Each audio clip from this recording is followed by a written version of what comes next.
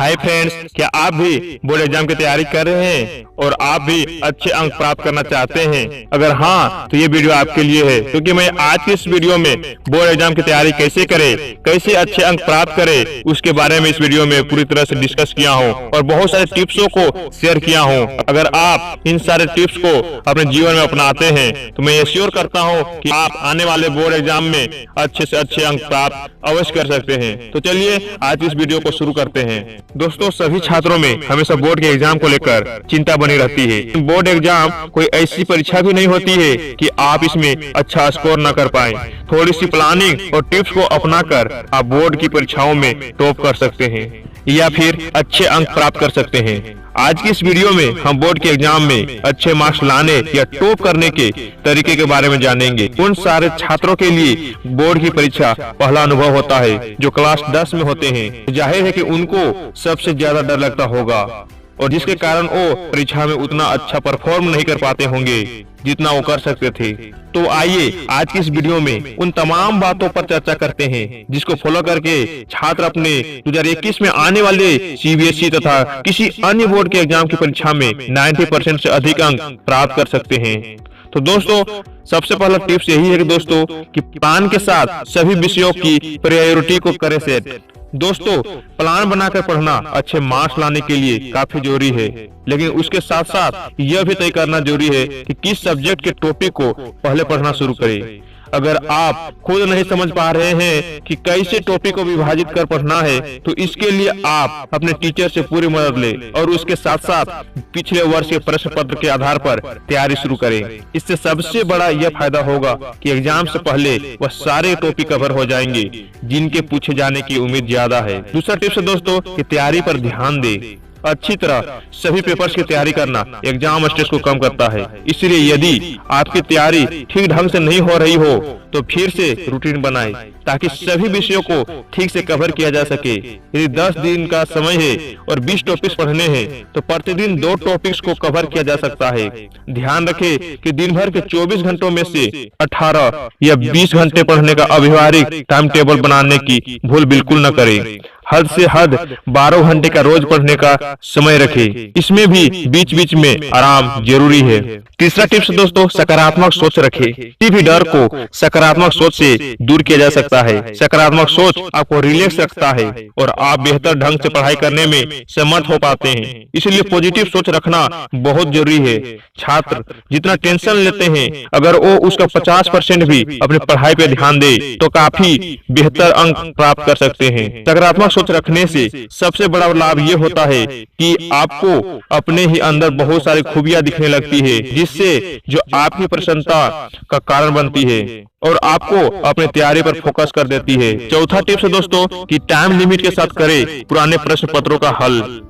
Exam की सबसे अच्छी तैयारी करने का तरीका यह भी है कि छात्र पुराने प्रश्न पत्र की प्रैक्टिस करे, लेकिन प्रैक्टिस करते समय यह याद रखें कि एक निर्धारित समय में ही पूरे प्रश्न पत्र को हल करना है।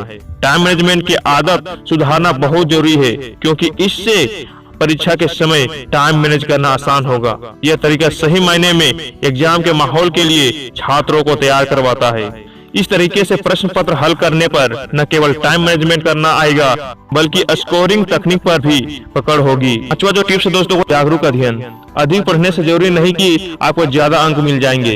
परीक्षा में बेहतर सफलता तभी मिलती है जब जागरूकता के साथ अध्ययन किया जाए। इसके लिए पिछले वर्ष के प्रश्न पत्रों की मदद ली जा सकती है। दरअसल टेक्स्ट बुक में बहुत सी बातें जानकारी के लिए दी जाती है, उससे परीक्षा से उतना वास्ता नहीं होता। एक जागरूक विद्यार्थी को इसकी पहचान होनी चाहिए और परीक्षा की तैयारी के मद्देनजर इसे ध्यान देकर पढ़ना चाहिए। यदि आप ऐसा नहीं करते हैं तो परीक्षा की तैयारी के अंतिम दिनों में आप क्या पढ़े और क्या नहीं पढ़े इस स्थिति में ही पड़े रहेंगे, वजह बेहद तनाव में भी आ जाएंगे। जो टिप्स है दोस्तों वह है सब्जेक्ट को समझे, न कि रट्टा मारे। अगर आप परीक्षा में अच्छे अंक प्राप्त करना चाहते हैं तो सबसे पहले यह जरूरी है कि आप किसी भी विषय को रटने की बजाय उसे समझने की कोशिश करें। कई बार यह होता है कि सिर्फ किताबों और गाइड को तोते की तरह रटने से पेपर के दौरान कई सवाल ऐसे बदल कर आ जाते हैं जिनके बारे में छात्रों को समझ ही नहीं आ पाता है, जिससे स्टूडेंट में इन प्रश्नों को देखकर घबराहट होने लगती है। ऐसे में जरूरी है कि आप विषय को रटने की बजाय उसे अच्छी तरह से समझ कर पेपर देंगे तो आपको उस विषय से संबंधित हर सवाल का जवाब पता ही होगा। इससे आपका सिलेबस भी पूरा हो जाएगा और परीक्षा में सब्जेक्ट से रिलेटेड हर प्रश्न का उत्तर आपको पता होगा। इसलिए कभी भी किसी सब्जेक्ट को रटने की बजाय उसे समझने की कोशिश करें। अगला जो टिप्स दोस्तों वह जंप न करें। कई बार छात्र ऐसा करते हैं कि जो उसे आसान लगता है उसे पहले खत्म करने की कोशिश करते हैं और जो उन्हें कठिन लगता है उसे बाद के लिए छोड़ देते हैं। ऐसा करते हुए परीक्षा का समय नजदीक आ जाता है और उस कठिन अध्याय के लिए समय कम मिलता है जिसकी तैयारी वो सही तरीके से नहीं कर पाते। इसीलिए परीक्षा के लिए यह सुझाव दिया जाता है कि कठिन चीजों को तैयारी पहले कर ले।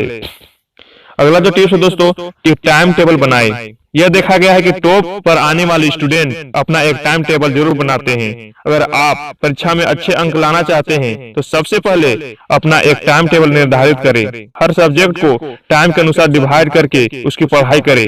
जिस विषय में आप ज्यादा कमजोर है उस विषय पर आप ज्यादा से ज्यादा टाइम दें, लेकिन इस बात का भी ख्याल रखें जिस विषय पर आपको अच्छी जानकारी है उसे रिवीजन करने के लिए भी समय दें। ऐसा नहीं होना चाहिए कि सिर्फ आप उन्हीं विषय को समय देते हैं जिनमें आप कमजोर हैं और उन विषय को दोहराते भी नहीं हैं जिनमें आप मजबूत हैं। यानी कि जो विषय आपको आते हैं ठीक है उन्हें अच्छे से दोहराए और कमजोर विषयों पर थोड़ा अधिक समय लगाए। विद्यार्थियों की सबसे बड़ी समस्या यह होती है कि वह टाइम टेबल तो बना लेते हैं लेकिन जब उन्हें अपनाने की बारी आती है तो उससे कतराते हैं। अगर आप परीक्षा में अच्छे अंकों से पास होना चाहते हैं तो अपने बनाए गए टाइम टेबल को न छोड़ें। जैसा आपने टाइम टेबल निर्धारित किया है उसे फॉलो करें, इससे आपको सफलता जरूर ही मिलती है। अगला जो टिप्स है दोस्तों वह है कि नोट्स बनाएं। यह जांचा और परखा हुआ नियम है। नोट्स हमेशा आपकी मदद करेंगे। जब भी आप पढ़े या रिवीजन करें तो ध्यान से उसके नोट्स बनाते चले।